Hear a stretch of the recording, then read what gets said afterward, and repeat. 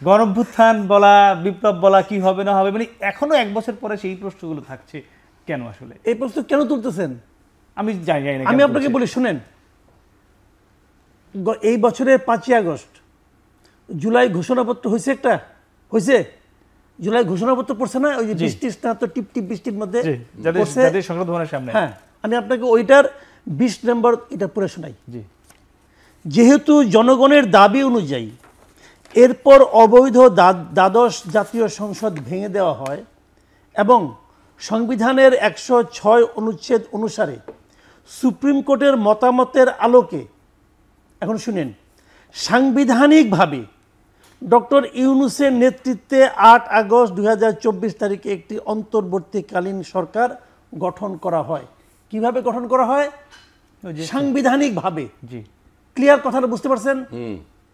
সাংবিধানিকভাবে একটা সরকার গঠন করা হয়েছে সুপ্রিম কোর্টের নিয়ে মতামত নিয়ে। কাজেই এই ডক্টর ইউনূসের সরকার very much a constitutional government, এর মধ্যে আর কোনো আলাপ করার চেষ্টা করেন না। পুরা এই ঘোষণাপত্র পড়েন, 5 বার পড়েন, বিপ্লব শব্দটা এখানে নাই।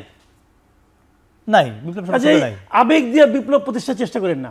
এখন মূল কথাটা হলো কি শুনেন, আসলে যদি আমাকে বলতে বলেন, আমি বলবো এটা আসলে একটা জগা খিচুড়ি সরকার, জাস্ট জগা খিচুড়ি সরকার। সরকার গঠন করা হয়েছে সাংবিধানিকভাবে। গঠন করার পর তারা একের পর এক সংবিধান লঙ্ঘন করছে, একের পর এক করছে। যে জিনিসটা এটা তারা ভুল করছে একটা। এখানে অনেক জ্ঞানী লোক ছিল, তো ওই যে অতি সন্ন্যাসীতে গাজর নষ্ট বলে না, ঘটনা হচ্ছে এখানে আর কি। জ্ঞানী লোকের সমাহার হয়েছে। কিছু লোক আছে জ্ঞানী, বেশি জ্ঞানী, আবার কিছু লোক আছে কিছুই বুঝে না, তারা মিলে এটা বানাইছে আর কি। যারা কিছুই বুঝে না তারাও আবার গুরুত্বপূর্ণ দায়িত্ব ছিল। উচিত ছিল কি প্রথমে দায়িত্ব নিয়েই এই সংবিধানটাকে হয় স্থগিত করে দেওয়া অথবা বাতিল করে দেওয়া। সেটা কেন হলো না আপনার কি মনে হয়? আগে তো বললাম ভাই, অতি সন্ন্যাসীতে গাজর নষ্ট হয়ে গেছে। রাজনৈতিক দলগুলো কি রাজনৈতিক দল এর কোনো ভূমিকা রাখে নাই? না, রেখেছে। আমরা তো গণমাধ্যমে দেখেছি রেখেছে। মাসুদ কামাল ভাই, আচ্ছা ঠিক আছে, উনি তো আপনি তো মাঝে মাঝে থামাচ্ছেন, আমি আপনাকে উল্টা বলি, কোথায় রাখছে ভূমিকা বলেন? না, আমরা তো দেখেছি যে কোথায় রাখছে। তখন 5 আগস্টে বিভিন্ন জায়গায় যে মিটিং হয়েছে, সেখান থেকে বলা হয়েছে তখন সরকার গঠন করার কথা বলা হয়েছে, সেখান থেকে না করা হয়েছে। আমরা তো এসেছে খবরগুলো, নিশ্চয়ই আপনি দেখেছেন। ওরা কি করবে? ওদেরকে কি সংবিধান রাখা যাবে কি যাবে না প্রশ্ন কেউ করছে? না, কিন্তু রাজনৈতিক দলগুলো তখন যারা ছিল তাদের তো একটা মতামতের ব্যাপার ছিল কিনা? তারা মতামত দিচ্ছে যে আপনি এটা গভর্নমেন্ট করেন। এখন গভর্নমেন্ট করার সময় গভর্নমেন্ট যারা করবে তাদের তো বুঝতে হবে আমরা কিভাবে গভর্নমেন্টটা করব। তারা তো বুঝতে হবে। তারা সুপ্রিম কোর্টের নিয়ে তারা একটা সাংবিধানিক সরকার করছে, করার পরে তাদের মধ্যে আবার কেউ কেউ আছে তারা সংবিধান মানবে না, তারা সংবিধান মানে না। এই সংবিধান অনেক ক্ষেত্রে তারা মানে না। তারা সংবিধানের অনুযায়ী শপথ দিছে, শপথ দিয়ে সংবিধান মানে না। এদের বিরুদ্ধে কিছু হয় নাই, কারণ তারা ক্ষমতা আছে। শুনেন, আমি আপনাকে বলি, আপনি যখন একটা প্রশ্ন করেন ওই প্রশ্নের উত্তর 30 সেকেন্ডে হয় না। প্রশ্নের উত্তর মিনিমাম 2 মিনিট লাগে। 2 মিনিট আপনি কোনো আওয়াজ করবেন না। 2 মিনিট আপনি ঘুরে যান, স্টপ দেন, তারপর আলাপ করেন। আমি যেটা বলি আপনাকে, আপনি বলেন, আপনি প্রশ্নকে বলেন। না, আমি আপনার 2 মিনিট প্রশ্ন উত্তর জানবো। দর্শক তার আগে ছোট বিরতি, ফিরছি একটু পরে, সঙ্গে থাকুন। বিরতির পরে কথা বলছিলাম ভোটের মেরুনি। আমরা ছিলাম মাসুদ কামাল ভাই আপনার কাছে। মাসুদ, আপনি একটি বিষয়ে কথা বলছিলেন, তার সঙ্গে আমি আরেকটি বিষয় যুক্ত করতে চাই। আমরা এতদিন শুনতাম জামাতকে বলা হতো পাকিস্তানপন্থী দল, পাকিস্তানের তারা এজেন্ডা বাস্তবায়ন করে, নানান সময় কথা অনেক অভিযোগ করে এসছে এটি। আজকে আমরা দেখলাম একটি গণমাধ্যমে সংবাদ এসছে যে জামাত এই মুহূর্তে পিআরের মাধ্যমে ভারতের এজেন্ডা বাস্তবায়ন করছে। দু একজন যারা রাজনৈতিক বিশ্লেষক তারা বলছে, মানে বিষয়টি আসলে কি? শুনেন ভাই, আগে কথাটা যে লোক বলতো, এখন কি সে লোকটি বলতেছে? অনেকটা বলেন আপনি। এখন জামাত কার এজেন্ডা বাস্তবায়ন করতেছে? জামাত পাকিস্তানের এজেন্ডা বাস্তবায়ন করে, ভারতের তো জামাতের কি নিজস্ব এজেন্ডা থাকতে পারে না? জামাতেরও তো একটা ভাই, পার্টির ভাই, তার এজেন্ডা নাই, তাকে তার এজেন্ডা বাস্তবায়ন করতে দেন। মানে আমাদের একটা স্বভাব হয়ে গেছে চট করে আরেকটা দেশের এজেন্ডা বাস্তবায়নের জন্য বলা হয়ে থাকে ও বা ভারতে। যেমন এটা খুব কমন একটা, কিন্তু আগে এই গভর্নমেন্ট এসে বলছে যে আগের গভর্নমেন্ট ভারতের সঙ্গে অনেক গোলামি চুক্তি করছে, তো একটা চুক্তি বাতিল করতেন ভাই, আসার পরে করছে কোনো বাতিল কয় নাই। তো এগুলোই জানেন, এগুলো পলিটিক্স, এগুলো রাজনীতি। পারা যায় না, ঠিক আছে ভাই, পারা যায় না, পারার চেষ্টা করছেন। চেষ্টাটা আমাকে দেখান না ভাই। ইন্টারন্যাশনাল প্র্যাকটিসটা না না না, আপনি অনেক কিছু পারা যায়, পারা যাবে না, কেন পারার চেষ্টা করছেন আপনি, আপনি চেষ্টাও করেন নাই। এগুলো হলো জানেন কি, বলার জন্য বলা, বলে আরাম পাওয়া যায়। আমি বলে দিলাম আপনার মুখে দালাল, আমাকে তো অনেক লোক বলে। একসময় বলতো আমাকে যে আমি নাকি বিএনপির দালাল, পরে বলতো আমি আওয়ামী লীগের দালাল, আবার পরে এখন ইদানিং বলে আমি নাকি জামাতের দালাল, মাল্টি পার্টি দালাল। হ্যাঁ এখন আমি জামাত, আমি মনে করি যে আমি সবারই যখন দালাল, তাহলে মনে হয় আমি ঠিক আছি, এটা মাঝে মাঝে মনে হয়। কাজে এটা ওই বলতে দেন, এটা বলা বলে কেন। ব্যাপারটা হলো কি, জামাতের রাজনীতিতে আমার বিবেচনায় চেঞ্জ আসতেছে, এবং কোনো একটা পলিটিক্যাল পার্টির পলিটিক্সে চেঞ্জ আসাটাই স্বাভাবিক। সময় চেঞ্জ হয় না, মানুষের চিন্তা ভাবনা চেঞ্জ হয় না, মানুষের সামনের দিকে যাবে না। আমি কিন্তু জামাতের বর্তমান পলিটিক্সটাকে আমি কিন্তু দেখে কিন্তু আমি হ্যাপি। আমার কাছে মনে হয় তারা চেঞ্জ করতেছে তাদের পলিটিক্স, এবং সেই পলিটিক্সটা চেঞ্জ কিন্তু অনেক রকম হয়, একটা নেগেটিভ হয়, একটা পজিটিভ হয়। আমি মনে করি তাদের পলিটিক্স সামনের দিকে যাচ্ছে। আমি এই পার্টিতে খুবই আশাবাদী, আমার পাশে বসে আছে বলে এই জন্য বলতেছি না, কিন্তু আসলে আমি আশাবাদী। যে রেজাল্ট এই যে এখন বলা হচ্ছে এখন আবার কবেন যে জামাতের দালাল, না এই যে বলা হচ্ছে জামাত ভারতের এজেন্ডা বাস্তবায়ন করছে, এটি আজকে সামাজিক যোগাযোগ মাধ্যমে বিভিন্ন আপনি নিশ্চয়ই দেখেছেন। এটি কেন বলা হচ্ছে আবার এখন পাকিস্তান বাদ দিয়ে আপনাদেরকে জামাত ভারত? একই কথা কয়। আজকের আলোচনা জমে উঠছে। আমি প্রথম বলবো যে আমাদের ঢাকা বিশ্ববিদ্যালয়ের কয়দিন আগে যে ইলেকশন হয়েছে, সেখানে সর্বপ্রথম সাদেক কাইয়ুমকে কিন্তু মেঘমাল্লা বসু সে বলছে যে সে হলো পাকিস্তান। জি ঠিক আছে, তো সাদেক কাইয়ুম ডাকসুর ইতিহাসে সবচেয়ে বেশি ভোট পেয়ে নির্বাচিত হয়েছে। কামাল ভাই যেটা বলছে, কে কি বললো it doesn't matter, in fact আপনি কি, that is very important. I think আমাদের যে এই যে বিভিন্ন ট্র্যাগের রাজনীতি, যে কেউ চাইনিজপন্থী, কেউ ইন্ডিয়ানপন্থী, কেউ, কিন্তু এখানে এই কথাটা সবচেয়ে বেশি বিগত দিনের যেই 15 বছর যে ফ্যাসিবাদের সরকার রাজত্ব করেছে, এই ক্ষেত্রে বেশি প্রযোজ্য। কেন? একদিকে তারা লম্বা সময় আমাদের সকল অধিকার কেড়ে নিয়ে একটা রাষ্ট্রের সাথে সম্পৃক্ত হয়ে তারা এই কাজটা করেছে। এবং আপনি দেখেন যে সেখানে আপনার ইলেকশনের সময় ইন্ডিয়া থেকে লোক এসে বলতো আমাদের ইলেকশনটা কীভাবে হবে, জি এইভাবে করছে। আর সর্বশেষ এই জায়গাটা তারা করছে কীরকম, আজ জিনিস মানে যারা 15 বছর এখানে লুণ্ঠন করেছে, দুর্নীতি করেছে, গুম করেছে, আমাদের গুম হলে পাওয়া যেত ইন্ডিয়া। আবার এখানে কি হয়েছে, যিনি এই সকল অপরাধের নায়ক তাকে কিন্তু তারা পৃষ্ঠপোষকতা দিচ্ছে। আপনি দেখেন বাংলাদেশ এখন মৌলবাদী রাষ্ট্র, 5 আগস্ট নাকি আমাদের এখানে জঙ্গিরা রাষ্ট্র দখল করেছে। এই যে কথাগুলো, এই জায়গাগুলোর কারণে ইন্ডিয়ার জায়গাটা এখানে সবচেয়ে বেশি প্রশ্নবিদ্ধ হয়েছে। সুতরাং আমি মনে করি, আমরা এখন মনে করি যে এই বিপ্লব পরবর্তী আসলে কেউই কোনো দেশে মূলত এই কথা বরং বাংলাদেশের মাধ্যমে আওয়ামী লীগ কি পুনর্বাসন করতে চান। আমি আপনাকে একটু বলি, সব জায়গায় নেগেটিভ না, আমরা পজিটিভ দেখতে চাই। আজকে রিপন ভাইরা তো এখানে আছেন, আমাদের অনেক সিনিয়র। ঢাকা বিশ্ববিদ্যালয় জাকসু ইলেকশন বা যেগুলো হচ্ছে, এইরকম মারামারি ছাড়া এরকম সহনশীলতার রাজনীতি বাংলাদেশের 54 বছরে আমরা দেখিনি। আমরা দেখি নাই যে এখানে এই যে একসাথে বসে ডান বাম আমরা সবাই মিলে আলিম উলামা ঐক্যমত্য কমিশনে লম্বা সময় ধরে আলোচনা করে আমাদের সহনশীলতার জায়গা তৈরি হচ্ছে। বিএনপি কোনো জায়গায় নোট অফ ডিসেন্ট দিচ্ছে, কোনো জায়গায় আমরা বলছি আমরা একমত না, হতেই পারে, এটাই তো ডেমোক্রেসির বিউটি। কিন্তু আগে তো হতো যে আপনি ভিন্নমত পোষণ করছেন, আপনাকে আমি গেট থেকে বের হলে গুম করে ফেলবো, আপনাকে জেলে দিয়ে দেবো, আপনাকে দুদক দিয়ে তদন্ত করাবো যে আপনি এত লম্বা কথা কীভাবে বলতেন। সুতরাং পরিবর্তন যে আসেনি আমি সেটা বলবো, অনেক ক্ষেত্রে হয়তো আসেনি, প্রত্যাশিত জায়গায় আসেনি। আর যেহেতু এটা রাজনৈতিক সরকার না, তাহলে সেটা আপনি একসাথে সব পাবেন না, কিন্তু অর্থনৈতিক সহনশীলতার জায়গা বলে সেটা। আপনারা যে পিআর পদ্ধতি চাচ্ছেন, এই পিআর এর মাধ্যমে মূলত আওয়ামী লীগকে পুনর্বাসন করতে চান, এটা বিএনপি থেকে অভিযোগ আছে। আমরা পিআর পদ্ধতির মাধ্যমে জনগণের ক্ষমতায়ন করতে চাই, কোনো দলকেও না, কোনো ব্যক্তিকেও না। দেখুন এই যে ছোট ছোট দলগুলো এতিমের মতো সবসময় ঘুরতে থাকে অন্যদের পেছনে, আজকে যদি পিআর পদ্ধতি হয় তাহলে প্রত্যেকটি রাজনৈতিক দল তার কিন্তু সংসদে যাওয়ার সুযোগ পাবে। এবং এখন এখানে আসেন, আপনি হয়তো মনে করছেন যে 1%-এর 3 জন, তাহলে 1% সে যে কোনো লোক ম্যানেজ করে ফেলবে হোয়াট এভার কান্ট্রি ওয়াইড। আপনি তাহলে 5%-এ যান, পৃথিবীর অনেক জায়গায় 5% আছে। আপনি বলেন যে বাংলাদেশে আরও কঠিন করে দেবেন, যে আমি 7%, 8% ছাড়া হবে। সুতরাং আপনি ইজ দ্য ডিসকাশনাল ম্যাটার।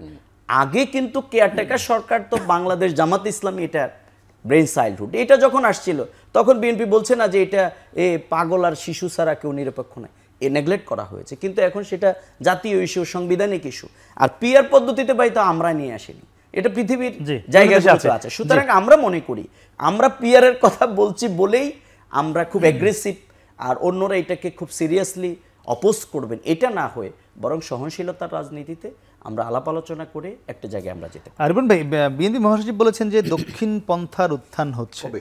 হ্যাঁ, বেশ কয়েকবার বলেছে। কবে? আপনি মনে হয় গণমাধ্যম দেখেন না, আমার ধারণা। আমি মাধ্যম দেখি, গণ দেখি না। না না, খুব এটা ফ্রিকোয়েন্টলি বলেছে, কয়েকবারই এর বলেছে। প্রথম আলোতে আপনি একটু পত্রপত্রিকা পড়লে দেখার কথা, যদি আপনি পড়ে থাকেন না, আমি জানতে যদি আপনি চাচ্ছি, কবে জানতেন না, তাহলে হয়তো আপনি আপনার নাও পড়তে পারেন। আপনার অনুষ্ঠানটা কত বছর পরে হচ্ছে, কত মাস পরে হচ্ছে? প্রত্যেক দিনই হয় আমাদের। তাহলে এই প্রশ্নটা আজকে কেন? এই কথার কথা না, উনি যে আমাদের আসতেই পারে প্রশ্ন। আমি না, সেটি কেন, আমি সেটি বলছি কেন, আমি বকর সাহেব প্রশ্ন করতে দেন রিপন ভাই, না, প্রশ্ন উনি করতেই বলেছেন, হবে। আমি জানি, কিন্তু বলেছেন রিপন ভাই, তাও- প্রশ্নটা করতে দেন একটু। দাঁড়ান, বলেছেন উনি তাও বোধহয় মাস দেড়েক আগে। হ্যাঁ। কিন্তু উনি আজকে ওনার মনে হলো, জি, আর আমার মনে হতেই পারে। ওনার মনে, আপনাকে দাঁড়ান, ভাই, আমার তো আজকে আমার মতো বিএনপির কেউ না কেউ থাকে, আজকে ওনার মনে হলো যে মানে এই রিপন ভাই, মানে এটা আপনি বলতে কি এর হবে। উত্তর দিতে অপারক কিনা? আমি না, আমার না, প্রশ্ন, না। তাহলে আমি প্রশ্ন করি একটু। আমারও প্রশ্নের উত্তর দেওয়াটা অপরাধ আমি প্রশ্ন কিনা করি সেটা জানতে করি চাই। একটু। করেন। আমার যে প্রশ্ন, আপনি দক্ষিণ আমার পন্থার ব্যতীত উত্থান হবেন হয়েছে না। বলেছে, তিনি বলেছেন।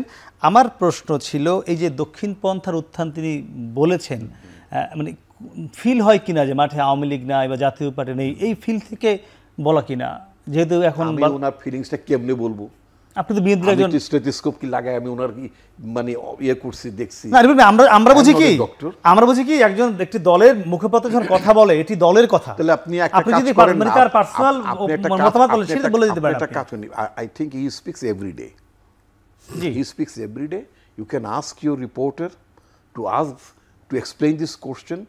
তাকে এক্সপ্লেন করতে বলেন। তার প্রশ্নটা যদি আপনি আমাকে মানে বলেন, আমি তো আজকে একটি মিডিয়াতে আমি আবার এইভাবে ব্যাখ্যা দিলাম, বললাম, যখন আমি ভারতের সাবেক হাইকমিশনার হর্ষবর্ধন সিংলা যখন বাংলাদেশের শিক্ষা প্রতিষ্ঠানগুলো নির্বাচন নিয়ে ফলাফল দেখে তিনি যখন বিরূপ মন্তব্য করলেন, মৌলবাদের উত্থানের কথা বললেন, তখন তো আমি স্ট্রংলি ক্রিটিসাইজ করেছি যে তুমি যেই দেশটির মানে প্রধানমন্ত্রী মানে মোদির তুমি প্রতিনিধি অথবা বড় কর্মকর্তা হিসেবে তুমি তোমার রাষ্ট্রকে রিপ্রেজেন্ট করো, তোমার রাষ্ট্রটা যখন একটা মৌলবাদী দল দ্বারা পরিচালিত হয় সেইটার দিকে তোমার নজর নাই। বাংলাদেশের মৌলবাদী উত্থান ঘটছে একটা শিক্ষা প্রতিষ্ঠান নির্বাচনের ফলাফল দেখে, অথবা ডক্টর বা শশী থারুরের যে স্টেটমেন্ট, তার যে লেখা, সেটাকে তো আমি কন্ডেম করেছি। খুব কন্টেম্পোরারি পিরিয়ডে বিং এন অ্যাঙ্কর, আমি আপনাকে মানে আপনার জায়গায় আপনাকে জ্ঞান দেওয়ার কোনো রাইট আমার নাই, বাট আমার একটা পর্যবেক্ষণ আছে।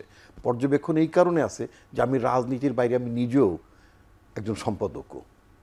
তো সেই হিসেবে আমার কাছে যেটা মনে হয় যে আপনি কন্টেম্পোরারি ইস্যুতে যখন আপনি আলোচনাগুলো করছেন, বাংলাদেশের দক্ষিণপন্থার উদ্বেগ উৎকণ্ঠা, এটা যদি জনগণ, যদি আমার বক্তব্য হলো যে জনগণ যদি দক্ষিণ কেন, যদি উত্তরপন্থা কোনটা রে ভাই?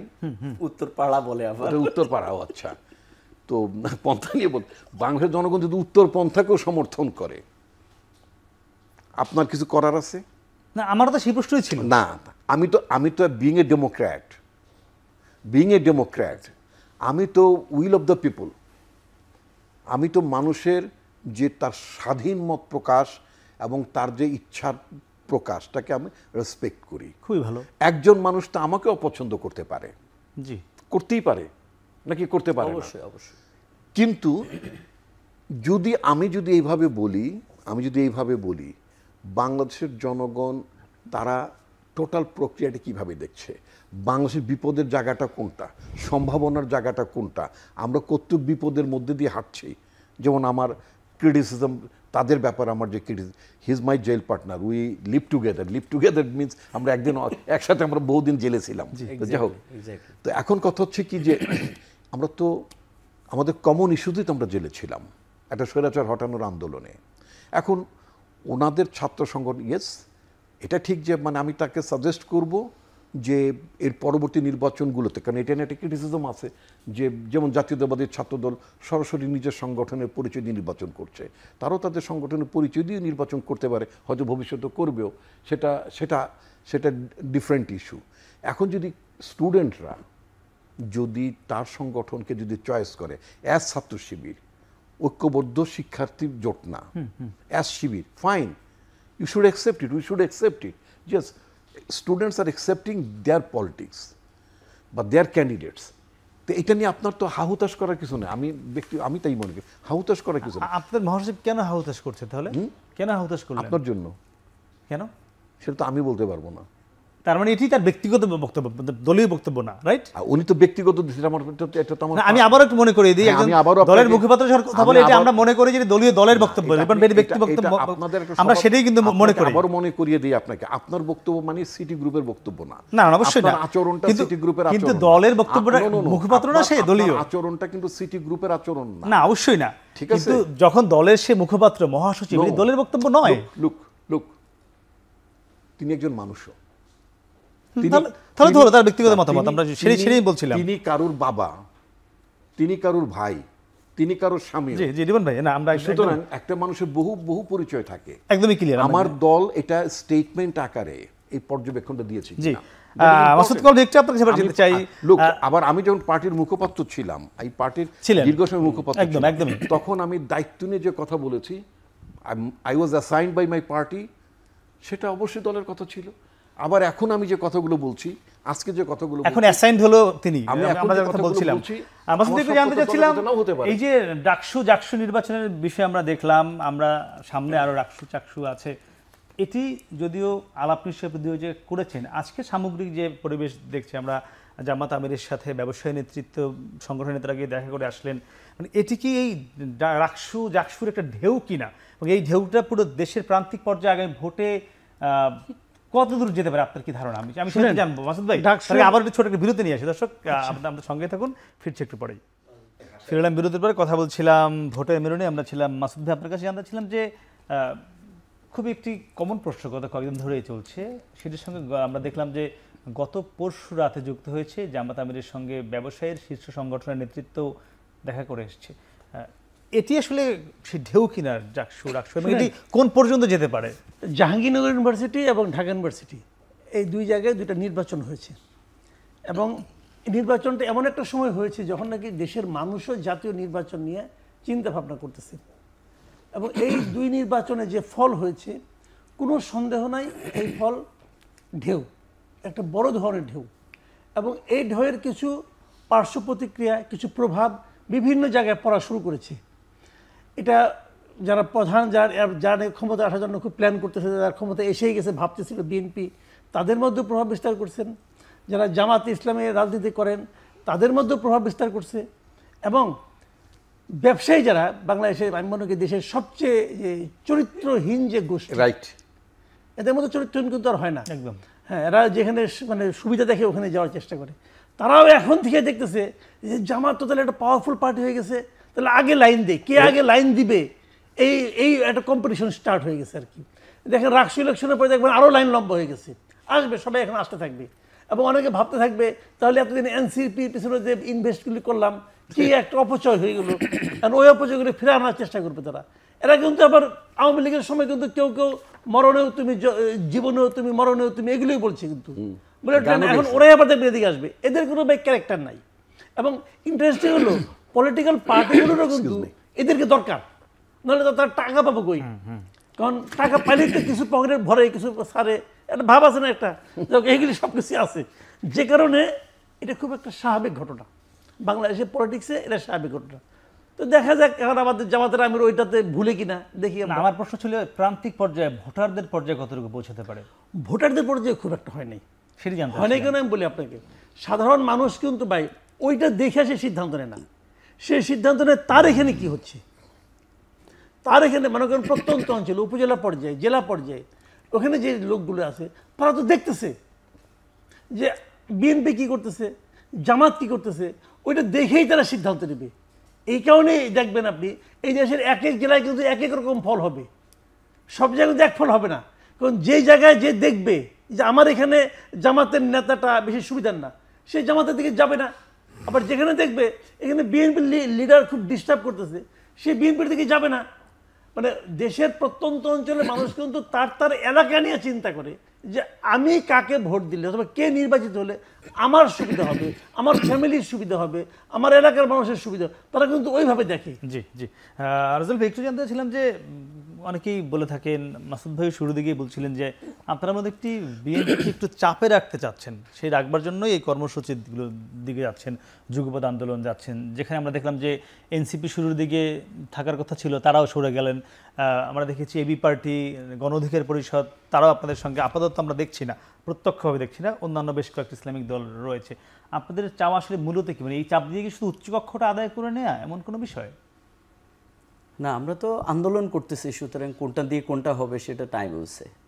আমরা বিএনপিকে চাপে রাখতে চাচ্ছি না, আমরা সরকারকে চাপে রাখতে চাচ্ছি। আমরা এর মধ্য দিয়ে আমাদের যে দাবি আমরা সেটি আদায় করতে চাই, কারণ লেভেল প্লেইং ফিল্ডটা তো বিএনপি চাচ্ছে না। না, আমি বলতেছি লেভেল প্লেইং ফিল্ড তৈরি করবার দায়িত্ব, অবাধ সুষ্ঠু নির্বাচনের দায়িত্ব, বিচারের দায়িত্ব, তারপরে ফ্যাসিবাদের দোসর, জাতীয় পার্টি 14 দলকে নিষিদ্ধ করবার দায়িত্ব, এগুলো তো বিএনপি না। হ্যাঁ, বিএনপি কোনো কোনো ব্যাপারে হয়তো তারা, আপনারা যেগুলো চাচ্ছেন এগুলো বিএনপি একটাও চায় না। বিএনপি 14 দল নিষিদ্ধ চায় না, বিএনপি জাতীয় পার্টি নিষিদ্ধ চায় না, আওয়ামী লীগ নিষিদ্ধ চেয়েছে কিনা সেটা জাতি জানে। সুতরাং আমরা এই জায়গায় ডিবেট করতে চাই না। আমরা চেয়েছে বলেছে নির্বাহী আদেশে না, বিচারিক প্রক্রিয়া। আমরা এটা চাচ্ছি যেটা, সেটি হচ্ছে যে আমাদের যে দাবিগুলো, আমি আজকে অফলাইনে রিপন ভাইকে বলতেছিলাম যে আমাদের প্রধানতম দাবি হচ্ছে যে ফেব্রুয়ারির যে নির্বাচন সেটি অবাধ সুষ্ঠু নিরপেক্ষ করবার লক্ষ্যে এই দাবিগুলো। আমরা মনে করছি যে কালো টাকার সরাসরি বন্ধ হতে হলে এই পদ্ধতি, পিআর পদ্ধতি ইজ বেটার ওয়ে। আমরা এই দাবিগুলো নিয়ে আমরা যাচ্ছি। কিন্তু এখানে আপনাকে একটা জিনিস খুব আমি স্পষ্ট করে বলতে চাচ্ছি, সেটি হচ্ছে যে দেখুন, বাংলাদেশের যেই জুলাই বিপ্লবের পরবর্তী যে বাংলাদেশ, এই বাংলাদেশের মানুষ কিন্তু কিছুটা পরিবর্তনের জায়গাটা প্রত্যাশা করেছিল, কিন্তু অনেক জায়গায় কিন্তু আমরা সেটি দেখতে পাই।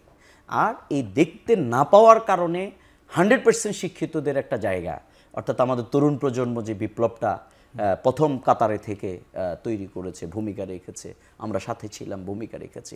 সুতরাং সেই জায়গায় কিন্তু ডাকসু আর জাকসু এটা কিন্তু তার বিরাট একটা সিমটম, এবং তারা তাদের মতটা দিয়েছে। আজকে সাদেক কাইম যে এত হাজার ভোট পেয়েছে, এগুলো সব শিবির না। এখানে ছাত্ররা তাদের কি প্রত্যাশা করে রাজনৈতিক দলের কাছে, দেশের রাজনীতিতে কি পরিবর্তন তারা প্রত্যাশা করে, সেটির একটা সিমটম কিন্তু আমরা দেখতে পাচ্ছি। সুতরাং এটি আমি আজকেও বলি, এই দেয়ালের না, আপনি অবশ্যই ডাকসুকে বলা হয় সেকেন্ড পার্লামেন্ট, এটা পাচ্ছে অক্সফোর্ড। আপনি আবারও যদি, সেদিনও আমি এক বিএনপি আমার এক ভাইয়ের সাথে টকশোতে, উনি বলছে আপনাদেরকে ছাত্রলীগ ভোট দিয়েছে। আমি বলছি যদি আপনি এটা তাহলে দ্বিতীয়বার বলেন, অর্থাৎ ভালো করে যেন সবাই শুনে। কারণ এই জন্যে শুনতে হবে, এই রাজাকারের বাচ্চা বলে কিন্তু শেখ হাসিনাকে পালাই যেতে হয়েছে। এই যে 15,000 ছাত্ররা সাদেক কাইমদেরকে ভোট দিয়েছে, এটা শিবির না সব। তাহলে এদেরকে যদি আপনি ছাত্রলীগ বানান, তাহলে ওই দলের বিরুদ্ধে কিন্তু তারা আবার যাবে। আমাদের নতুন প্রজন্ম কিন্তু এখন আর ওই মেনে নেয়ার যে জায়গাটা, অর্থাৎ আপনি দমিয়ে দেওয়ার জায়গাটা, এটা কিন্তু এটা নেবেন। সুতরাং সেই জায়গা থেকে সে লেসনটা রাজনৈতিক দল আমি মনে করি সবারই নেওয়া উচিত, এবং আমাদেরও নেওয়া উচিত। জি, রিপন ভাই, এই যে আমরা যেটি বলছিলাম যে একটি জামাত চাপ দেওয়ার জন্য এই কর্মসূচিগুলো দিচ্ছে, উত্তর দিয়েছেন, আমি জানতে চাচ্ছি বিএনপি চাপ ফিল করছে কিনা। উনি তো বলেছেন ওনারা চাপ দিচ্ছেন না, তা আমি কেন ফিল করতে যাব? যিনি বলছেন উনি চাপ দিচ্ছেন না, আমি আপনার কথা কি মানে ফিল করবো নাকি? আপনি ফিল করতে পারেন না, কিন্তু অনেকেই তো বলছে। না, সেটা তার ব্যাপার, সমস্যাটা তার, সমস্যাটা আপনার, সমস্যাটা তো বিএনপির না। উনি বলতেছেন যে আমরা বিএনপিকে চাপ দেবো, কারণ BNP not in the government. উনি দাবি যাই কিছু করতে চান, তো বিএনপি তো সেটা মানে করার জায়গায় না। কিন্তু তারা যে দাবিগুলো করছে, দাবিগুলো বিএনপির, এটা বিএনপি সব বিএনপিগুলো চাচ্ছে না একটাও, যেগুলো চাচ্ছে খুবই স্বাভাবিক। আমরা যেটা চাচ্ছি সেটা কি তারা চাচ্ছে না? চাচ্ছে না, এই জন্য তারা কর্মসূচি দিয়েছে। তো যেহেতু আমার চাওয়ার সাথে তার চাওয়ার মিল নাই, তার অবস্থা তো আমার দলই তারা করতেন, মিল নাই দেখেই তো কর্মসূচি। হ্যাঁ, তাহলে তারা আমার দল করতেন, হ্যাঁ, অথবা আমি তাদের দল করতাম। তা আমার ভিন্ন দল করার প্রয়োজন আসলো কেন? আমার তো নিজস্ব রাজনীতি আছে, আমার ভোটারদের, আমার সাপোর্টারদের তো আমার নিজস্ব একটা রাজনীতি আছে। তা আমি তো আমার রাজনীতি পারসিউ করব, তাই না? আমি তো, এবং উনি ওনার রাজনীতি পারসিউ করবেন। ইট ইজ দ্য পিপুল, জনগণের দায়িত্ব, তারা যেটা ভালো মনে করবেন তারা সেটা গ্রহণ করবেন। সেজন্য তো জনগণের কাছে যেতে হয়। নির্বাচনটা তো সেই কারণে। জনগণই যদি সকল ক্ষমতার উৎস হয় তো জনগণের কাছে তো সেই কারণে যেতে হবে। হ্যাঁ, যে যাওয়ার আগের যে প্রক্রিয়াগুলো সেগুলো নিয়ে এই দাবি দাওয়াগুলো, এই আচ্ছা, আন্দোলন, সেটা এই যুগপৎ আন্দোলন সেটা চলছে। সেটা সেটা কোনো রাজনৈতিক দল বলবেন যে আমি ইসলামী প্রজাতন্ত্র করব, কোনো রাজনৈতিক বলবে আমি সমাজতান্ত্রিক প্রজাতন্ত্র করব, পিয়ার কেউ চাই। বলবে আমি উত্তর করব, কেউ বলবে পেয়ার কারণে তো ডরনা কিয়া হয়, তো কেউ ডরাবে না বলবে, এগুলো তো বলতেই পারে, সেটা আলাদা, যার যার issue. It is the people, তারা দেখবেন। এবং বাংলাদেশের সাথে কোনটা মিলে কোনটা মিলে না এগুলো দেখার বিষয় হচ্ছে। একটা জিনিস ফান্ডামেন্টালি মনে রাখতে হবে আমাদের সবাইকে, সেটা হচ্ছে যে আজকে আমরা যে অর্জনটা করেছি, ওই যে বাংলাদেশেও যে আপনি একটা প্রশ্ন তুলেছিলেন, আপনাদের তো মানে অনেক মানে খুব কি আছে যেটা জানতে চাচ্ছিলাম আর কি যে সব ব্যবসার ওখানে মানে ঝেঁকে পড়েছেন। হ্যাঁ, তো এটা কি ইজ ইট নিউ? আরে শেখ হাসিনার ওরা তো পালসই বোঝে না রাজনীতির। শেখ হাসিনার পতনের 2 দিন 3 দিন আগে কেউ তো আমৃত্যু শেখ হাসিনার থাকতে চাইছে। তো আমার একটা আমার পরিচিত এক লোক ছিল, তো স্বাধীনতার পরে ওই লোক ওই মানে 73 কি একটা অর্ডারে, প্রেসিডেন্টের অর্ডারে তার চাকরি চলে গেছিল। তুমি তখন বেকার মানুষ, সিভিল সার্ভিসে চাকরি করছে, সিএসপি টিএসপি ছিলেন বোধহয়। তো এই মানে এক গ্রুপ অফ পিপল বলতো যে বঙ্গবন্ধু যেখানে আমরা আছি সেখানে। তো তারপর তো 75 সালে 15 শেখ মুজিবের সরকার পতন হয়ে গেছে। তো ওই পোলাপানগুলির দেখছে, মহল্লার পোলাপান যারা বলতো আছে না, কিছু পোলাপান সব মানে যায়, তো দেখেন আর পোলাপানের স্লোগান দেয় না, বলছে এই বঙ্গবন্ধু এখন কবরে তোমরা কেন উপরে, বঙ্গবন্ধু এখন কবরে তোমরা কেন উপরে, যে বলছিল বঙ্গবন্ধু যেখানে আমরা আছি সেখানে, এখন তোমরা কেন উপরে। এখন কথা হচ্ছে দাঁড়ান, এখন কথা হচ্ছে ওই ব্যবসায়ীরা যাদের কথা শুনে আপনি বিহল হয়ে গেছেন আনন্দে, যে সব মানে দেখা করে আসলো।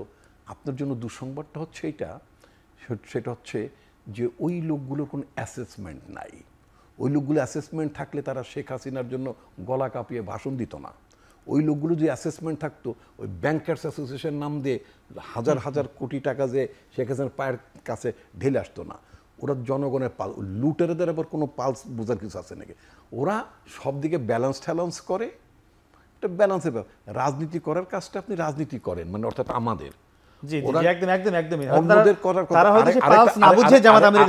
আরেকটু 5 সেকেন্ড 72 সালে ডাকসুতে যারা জিতেছিল, রাকসুতে যারা জিতেছিল, মোজাহিদুল ইসলাম সেলিম, কমিউনিস্ট পার্টি, মুজাফফরনগর নাই, 73 নাই। সুতরাং জাকসু রাকসু, আমি ডাকসু ইলেকশন ছাত্রদের প্রেসিডেন্ট ছিলাম, এখন পর্যন্ত পার্লামেন্টে সিঁড়িতেই পা দিতে পারি না। আর বাংলাদেশে জিএসভিপি যারা হইছে কোনো প্রভাব নাই বলছিল ভাই, জাতীয় রাজনীতিতে কোনো প্রভাব নেই।